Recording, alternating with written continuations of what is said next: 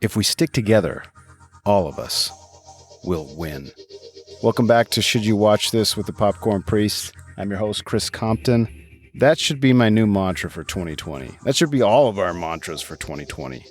Funny that it's a horror movie that's giving us that advice, but it's kind of pointed if you ask me. Let's dive into 2017's It. My grandfather thinks this town is cursed. He says that all the bad things that happen in this town are because of one thing. But it can't be one thing. We all saw something different. Or maybe it knows what scares us most, and that's what we see. We're all afraid of something. Got that right. Hi, Rich. What are you afraid of? Clowns. All right, today's guest is Taylor only. We went and screened this one day, and Cole was not able to attend. So it's just Taylor and myself, and it's a car cast. The description is, in the summer of 1989, a group of bullied kids band together to destroy a shape-shifting monster, which disguises itself as a clown and preys on the children of Derry, their small Maine town. IMDb gives us a 7.3 out of 10. Rotten Tomatoes, 85% from the critics. The rest of us give it an 84%, which is almost exactly the same. This movie pulled in $701.7 million. It is one of the top 5 horror movies of all time.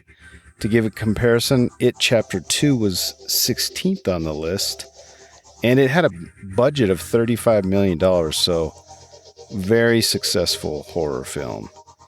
This film is also the highest grossing Stephen King adaptation film to date. So right now you can't stream this anywhere, which kind of sucks, which is weird because it's coming up to October and Halloween times, but it is available on TBS September 27th this month. So if you want to record it, you could watch it on normal TV on TBS. All right, let's get into some popcorn trivia. This is kind of interesting. Pennywise, the clown, has only 4 minutes of dialogue in the entire film. Go figure. It's kind of like Jaws. You know, he's not, it's he. I guess the shark's not in it very much, but it's fairly terrifying. Same here. The original Stephen King novel runs 1,138 pages, which is super long. I listened to the book and it was like 47 hours. It's a really long book. Though CGI was used in some scenes, Bill Skarsgård, who played Pennywise, was actually able to move his eyes in different directions in some scenes at the behest of Andy Muschietti. I'm not sure how you pronounce the director's name. At first, it was uncertain if he was able to achieve this effect on his own, yet Skarsgård assures, "Yeah, I can do that." The purpose of this was to add an already unsettling and disturbing look to Pennywise, so apparently Bill Skarsgård can make his eyes look in different directions on command. The number 27 is often associated with this story. This film was released 27 years after the original 1990 television miniseries. In the book, it is mentioned that it returns to Derry approximately every 27 years. Jonathan Brandis, who played young Bill in the original film, died at 27 years old. Creepy. This movie was released 1 month after Bill Skarsgård's Pennywise's birthday, 27th birthday.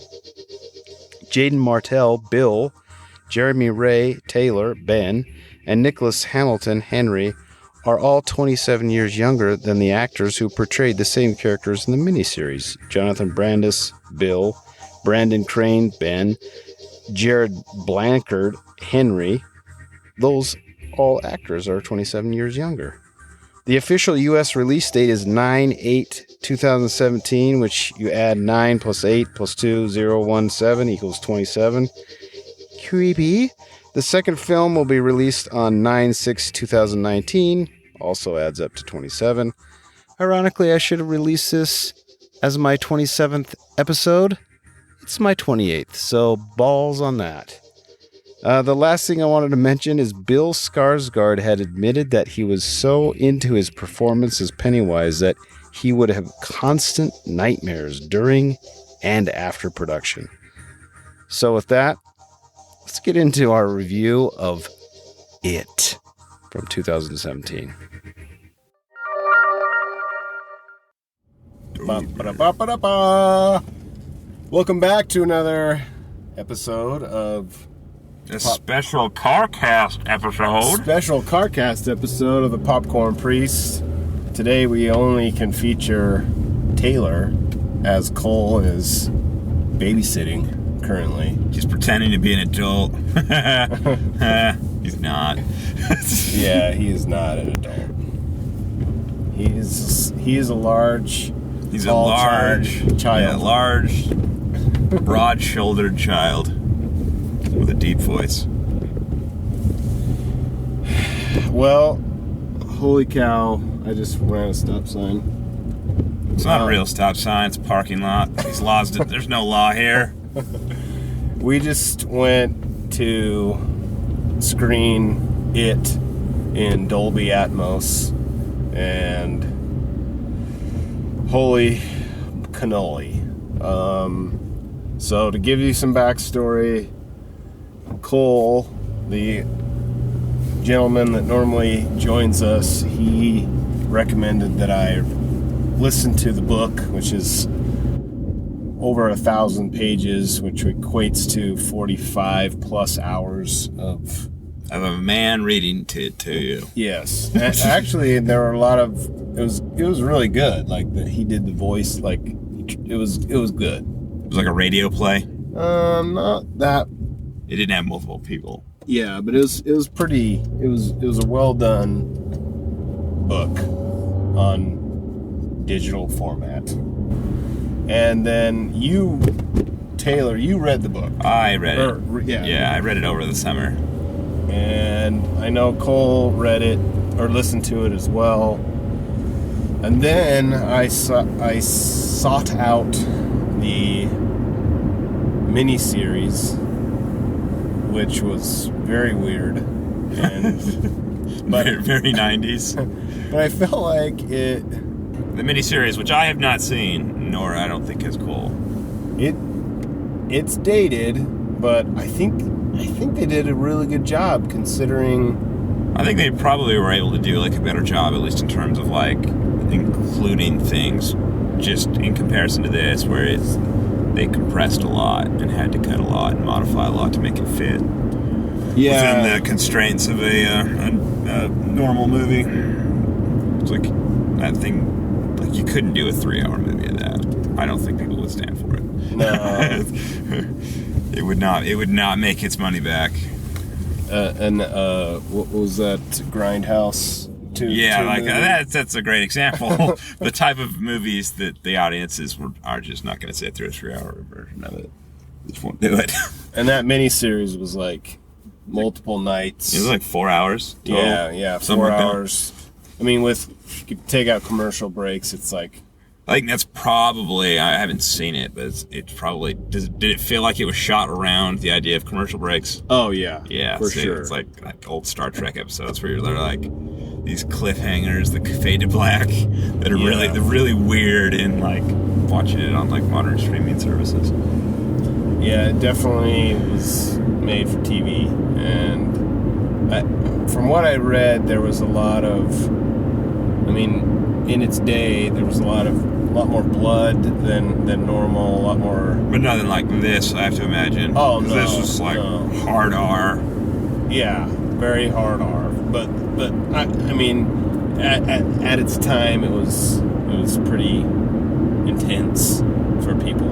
And Tim Curry's great in it. His depiction of it is pretty awesome. So So preface a little bit of this recording. We're going to start out with just our review of the film, and then at some point there will be a spoiler alert where we'll be talking about It's like our car cast will become a special spoiler cast car cast. Yeah, there'll be It'll be a double cast.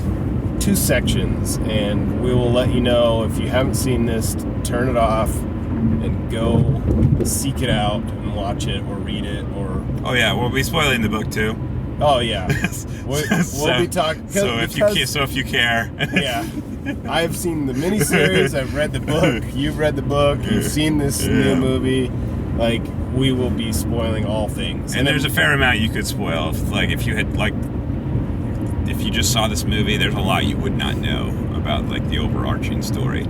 Yeah, in such a way that I'm surprised that they did it. I mean, obviously they had at least some confidence in it that they had chapter 1 at the end of the thing, but like I feel like I would be possibly a bit angry. What do you mean? If I hadn't read it and like saw that, because like it had like the whole situation begs many questions. True. Yeah, you're right. Going into it, I already knew that this was half of the story. Yeah, and also over the course of the book, things are explained to an extent where in this they don't really do it because they can't really. But yeah, there's a lot of reasons. Yeah. So, with that being said, overall, fantastic film. Like, mad style points is what I give it. Mad points for style. The director, what else did he do? I think it was called Mother, actually, which is funny because there's another movie called that. It was like a horror film that came out a couple of years ago. Yeah, style points, great film. It's like young actors, pretty great. Oh, the cast was amazing, well cast. I mean, even thinking about the book. A lot of undiscovereds, although it's interesting. I think probably the standout character is the one who's already been discovered. He's from Stranger Things. Yeah, he was definitely... I mean, he played that character of it very well, but also, I mean, it's still him. I didn't feel... I don't know what the runtime is. It's well over 2 hours. Yeah, it's 2 hours 20, something like that. And it did not feel that long. No, it felt short, in fact, in like a way that, I mean, having read the book, the book itself has a very methodical, slow pace. Yeah. It like very much takes its time and slowly builds to its ending. This kind of doesn't do that. It can't really, to be fair. No. There's like a lot that it fits in. And they had to take some creative licenses to weave the story so the pacing was better than... They changed the era, too, which I did not know. That's true. I did not know that going in. The book takes place in the 50s. This takes place in the 80s. I mean, it makes sense if you think about it, why they would do that. You're like, yeah. I mean, it's no real harm in making that jump, really. Well, and the 80s right now are, like, so it's popular. Probably... I think, like, the separation time is probably the same as when that book came out as to back to the 80s. Yeah, and people who had read it will probably attract some... Yeah, I think it'll... Some people who, I give it a golden bucket. It's an awesome movie, plus it's a great horror movie if you like horror movies. It's like an edgy, hard R Goonies movie. Yeah, that's true. It has a Goonies-esque, it's like a lot of team up. Like foul-mouthed kids. Yeah, and Goonies is probably one of my favorite movies of all time. Just so everyone knows. So yeah, high score. I mean, I'm a big baby, so every single jump scare was... Chris did not handle that movie very well. Oh, man. His emotions and his blood pressure were very much in protest of what he was doing. That was rough. Like, well, plus having read the book, I know some of that stuff was coming. And then the bigger jump scares where I didn't know... Where they changed things? Where they changed things was even worse. Like, I think actually that stuff, like the changes from the book to like a lot of the individual counters. They changed some of them. I think for the better in a lot of ways, at least for the audience, for today's audience. Yeah. All right, your rating, Taylor? Oh, I'd give it 1,000 stars. It's about as good as you could expect from that book. And it's fairly low budget.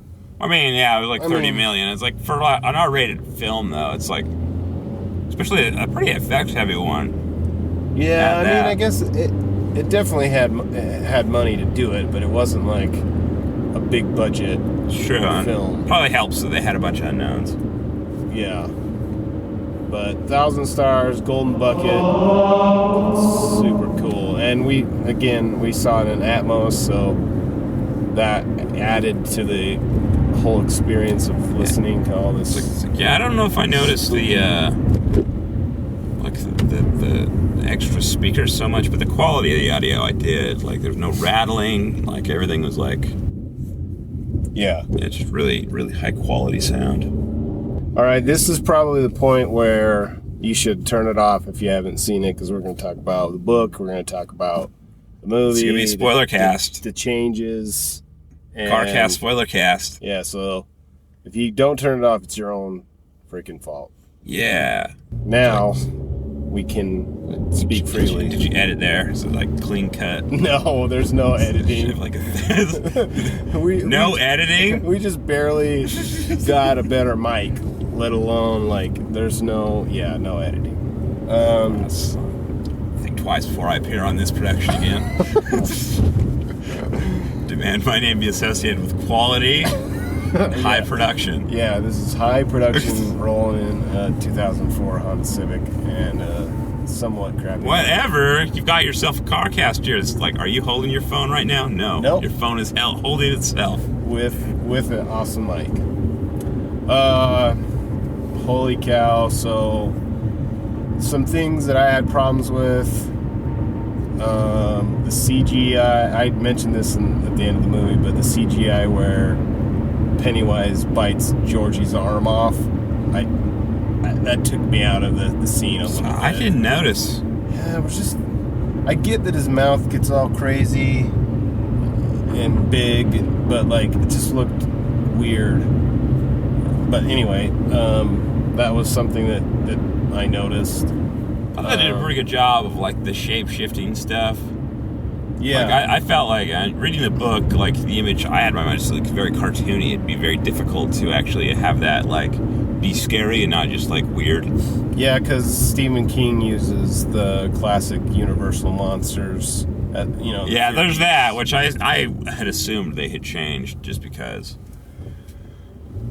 Yeah. But just in general, like the idea of like pictures that like, like reaching out and stuff, like what they actually ended up doing was, I think, very effective with like this slideshow, which I mean is a fantastic 80s reference. Oh, jeez. I remember slideshows from like the early 90s. The slideshow scene is very scary, and there's a big jump scene where he comes out. Yeah, where it comes out. Well, that's the thing. That's like it's a build up to it, and you think it's over.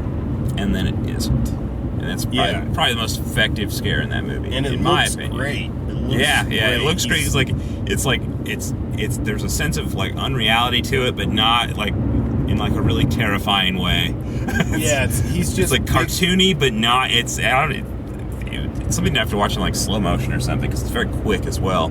He's big enough that he's huge, but not too big that's crazy. Like he fits in the garage.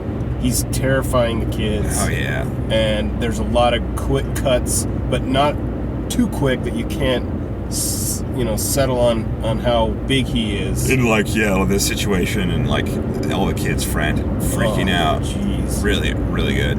Yeah. When they're in the house the first time as well, there's a lot of great ones in there. Yeah. Where he, un-yogas himself out of the...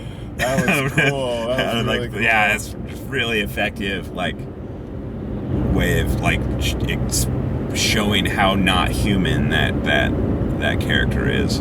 Yeah, and how the rooms kind of shift and how it stretches things out with they use lens effects, which is mentioned in the book that the spatial nature of the house gets very confusing while they're in it. Yeah, I like and that. they were doing stuff to that effect with the way they were shooting it, which was a really neat, unnerving effect. Yeah, the scale of each room kind of changed a bit, and yeah, all that stuff was really added to the suspense of, and how they separated the kids into their each horror room, nightmare. That was really, really cool. Let's talk about things we didn't like.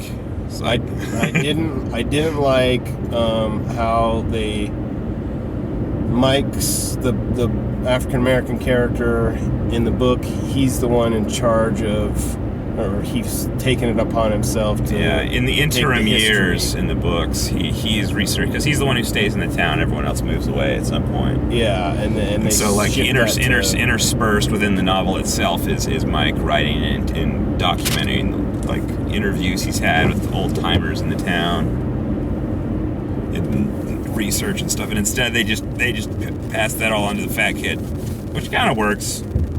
His name is Ben. He's the fat kid.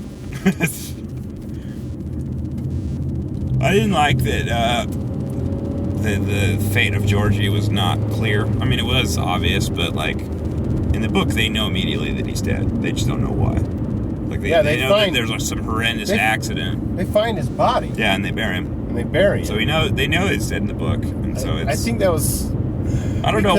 I mean, maybe that's just so that like when like he sees Georgie, it's more effective. But I think it's more effective the other way. Like, and the listeners might think that his brother's alive. Yeah, like that might. And that might be like an angle they wanted to go with this, like have more suspense there. But it seems like why?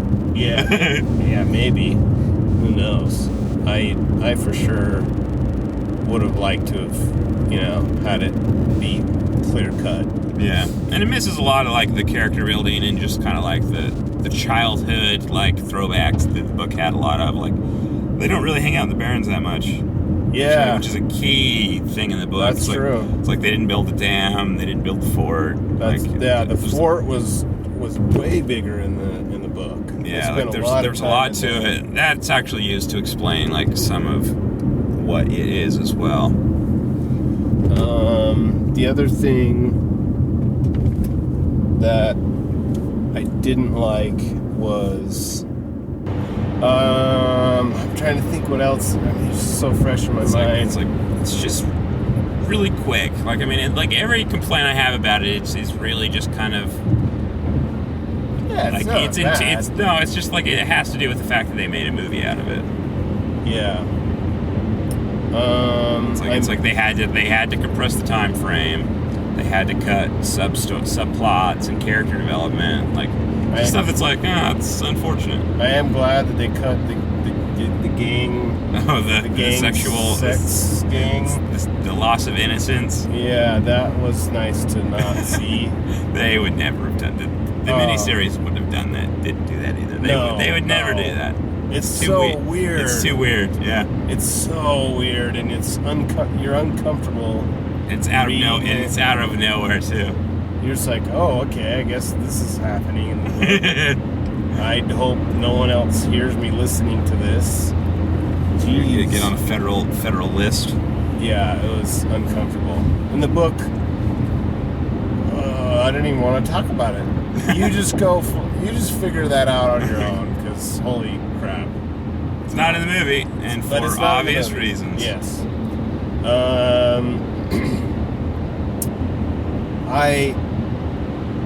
They don't talk about his, like, the nature of it. Yeah, I was just about to say, they don't question it. They don't question it really at all. Like, there's a lot of Easter eggs to stuff like to that effect. Yeah, they show the turtle. But they don't really talk about it. They don't really like try and like discuss with each other what it is. Oh, no. It's like they know like that there's like this, there's these events that keep happening. They're all connected. They are all related to the sewer system. But that's kind of the extent of it. Yeah, that's all you get out of it is that. But which is why I would probably have been felt a bit burned if I had just seen the movie itself. you're like, it doesn't answer anything, and like the whole movie is begging those questions, like, what is this thing? How can it do this? And where did it come It's from? like how, like, yeah, like why does it have supernatural abilities? yeah, why is it able to like create these crazy illusions that are real, but like it's only selective people who can actually see them? Yeah, Like, it doesn't answer any of that. Like, it doesn't, like, the book doesn't fully answer it either, but it does better. Kind of. It answers a lot more. Like, well, I know, but it's like it can't. Like, it can't answer everything, because like, what would that answer even when be? they go to when they have that like Yeah, they have their like crazy hallucination. the smoke, what do they call it? Where almost like It's like they smoke out and like have like an Indian like a vision quest. Vision quest, yeah, where you get into the teepee Yeah, and like he sees sweat it, it yeah, out, yeah. smoke out. And he has like some crazy vision of like prehistory. Where you see it come out of the sky. Yeah, and there's like dinosaurs. Yeah. It comes out of the sky, and that's It's like in this lands in huge Derry. crazy crash. Yeah. Like, I mean, so there's more explained in the book for sure, and early on as well. Like, a lot is explained towards the end of that book as well, which is like a much crazier resolution than this book had, or this movie had. Yeah. It's like, where this movie, it was just kind of like, it's like they kind of just use the fact that it uses fear, but in the book that would not have worked. Yeah. I miss the spider. It's true. They kind of hinted at it in that last encounter with him. Yeah, he had like claws. He had like tentacles and like spider appendages coming out of him, but It was almost like a praying mantis type. yeah, it's like it type looked like like hands. they could have done it. They chose not to. I hope they do it in the last. I feel like they have to. They have to top that encounter, because it's going to be the same basic structure, unless they're going to change it more. But I don't think they will. I hope in the sequel they can actually address a lot of that backstory stuff, Yeah. because they like talked about it, and there's a good bit with Ben in the library Yeah, there's a lot for of the cool a stuff. lot of like cool stuff, but like they don't really talk about like the lumberjacks, like, and the union members. Like, it's like those are like a lot of like small stories, like the gang shootout with the gangsters. Oh yeah. Like the nature of that reoccurrence of the killings and such. You know what I also miss from the book is when Mike brings out the photos, and they're like, you get a little bit from Ben in the library, but not nearly as much as you see things moving, and they're like they put their hands through it, and they interact. And it cuts his hand. Yeah, and they cut his hand. They kind of feel like, okay, this entity could hurt us. It's not just like a nightmare. This thing is real. It's real, and it's not nothing. And there's a part in the book where Bill sees Georgie in his little kid photo album, and he like winks at him. It's like, and it's like an old timey picture too. Yeah. He sees him like it's like the end of The Shining, essentially, with like this, like the main characters from 50 creepy. years ago. They allude to it, and I'm glad they did, but I think it could have been scarier to see like them looking at this picture moving, and then this clown coming towards it. But they did a good job. I think they did a good job with a lot of the clown stuff. Yeah. The room with all the clowns is super creepy. Like him in the basement is also really good. There's a lot of good moments. Yeah. Anything else you want to talk about with the book, or like what we didn't like that the book had? Yeah. I mean, there's like, again, and I mentioned this like after reading the book and knowing that they had split it up. It's like it loses a lot of like the nostalgia for childhood, and like how you start to like forget like the little details, like who your friends were and what you did. That's true. And that's like it's a really specific thing, and it's something that the movie could never have actually done, but No. it's something that I thought made that book really special in a way that I was not anticipating when I started reading it.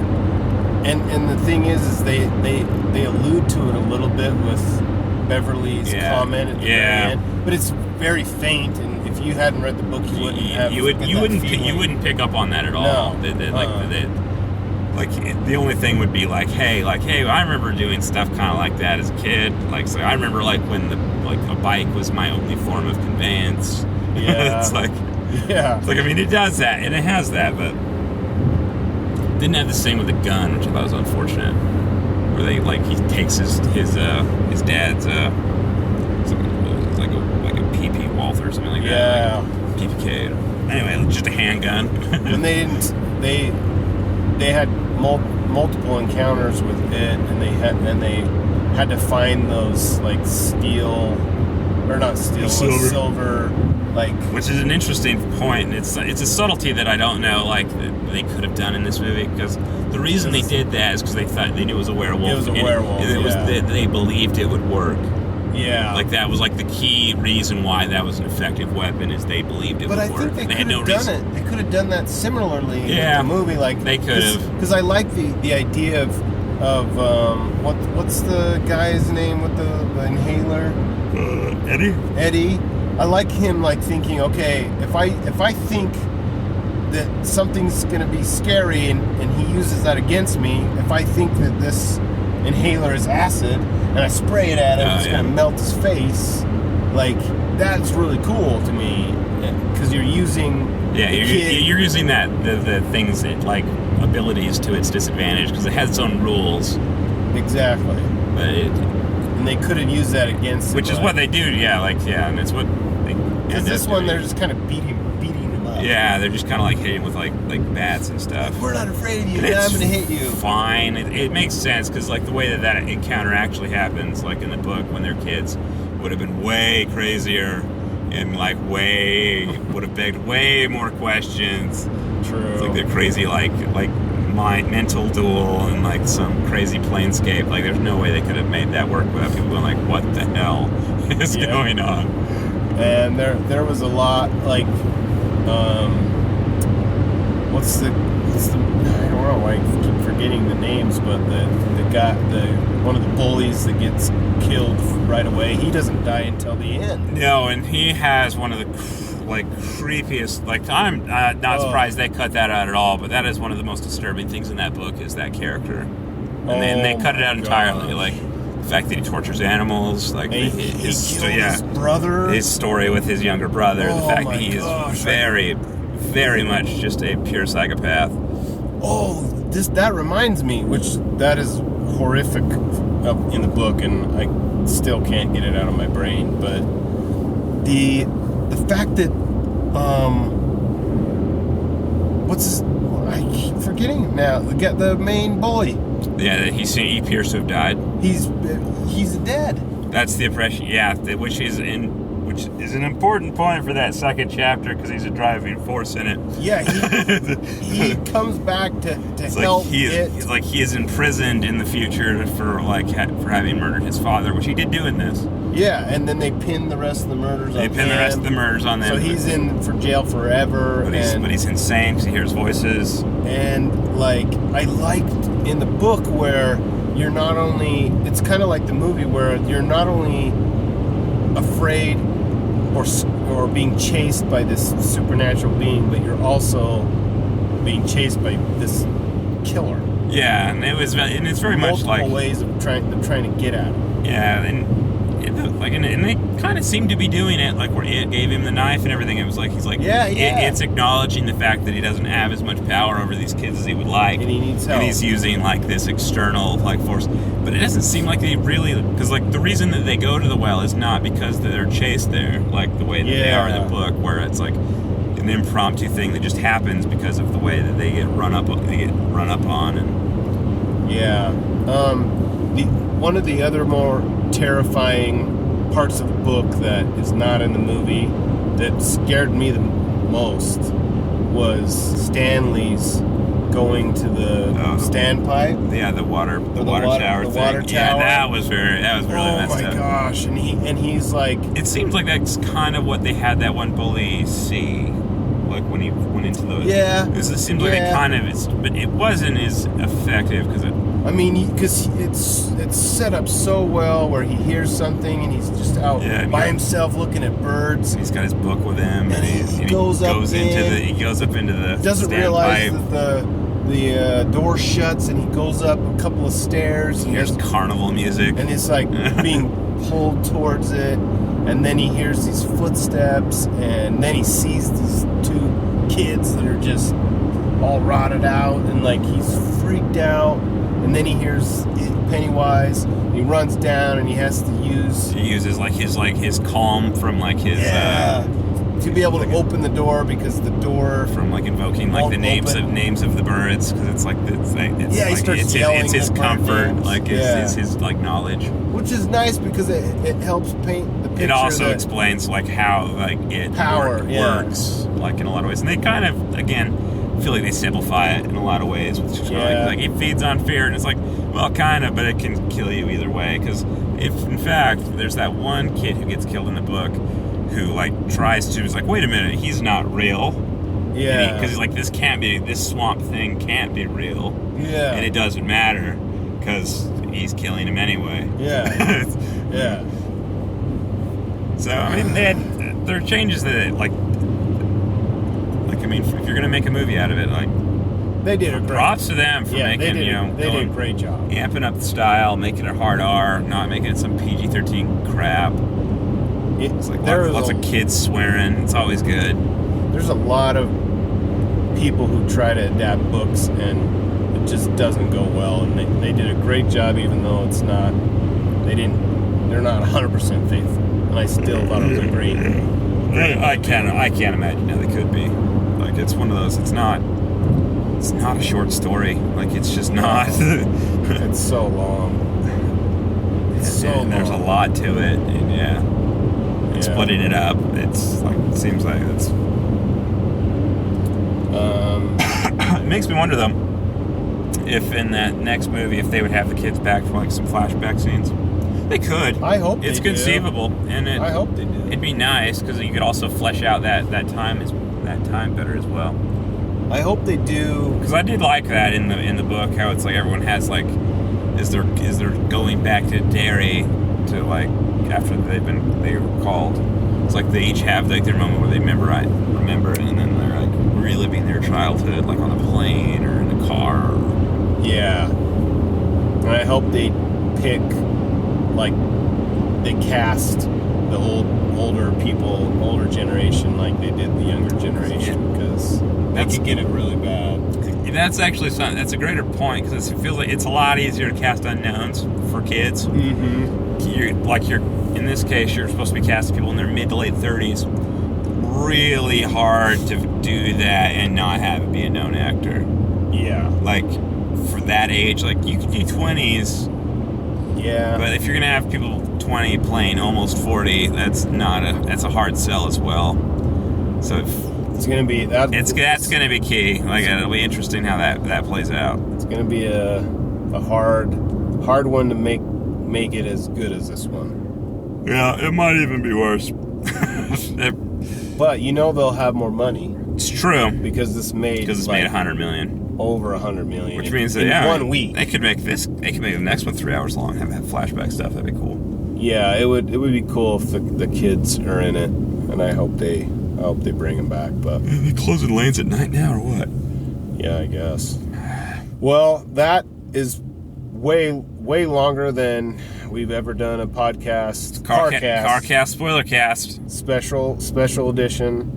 But we wanted to talk about the book because it's so long, and we felt like another 15 minutes. And we have a long drive back. That's another reason. So enjoy it. If you have read the book, you'll like this. So there. Maybe not. There's some people who just don't watch adaptations of books because they don't want to. Well, then they can turn it off after 15 minutes, and you can go back to whatever you're doing. Thanks for joining us. It's been a pleasure, and I'm still scared, for sure. And we'll see you next time. See how he sleeps tonight. Yeah, I won't sleep very well. Thanks, guys. We'll see you. All right, here is the segment that you've all been waiting for. Should you watch this? The answer is yes, and here are 5 reasons why. Number 1, if you like horror movies. Number 2, if you're a fan of Stephen King. Number 3, if you've ever liked Goonies or The Monster Squad from the 80s, or you're familiar with it, it has a similar vibe with scary horror themes added into it. So that's reason number 3. 4, it's getting close to Halloween, and COVID might put a damper on any Halloween parties right now. So how about stay home and enjoy some scares with Pennywise the Clown? And number 5, this goes along with number 4. If you want to watch it with someone that scares easily and want to make fun of them during the film, kind of like me, meaning I'm the one that you could make fun of because I'm a pansy, this is a great reason to watch it. Also, hit me up on Twitter at Popcorn Priest if you want to request anything, or you want us to watch a movie, or you want to say that I have horrible grammar. I don't know. Whatever you want to say, hit me up on the Twitters. Thanks for listening, and we'll see you next time.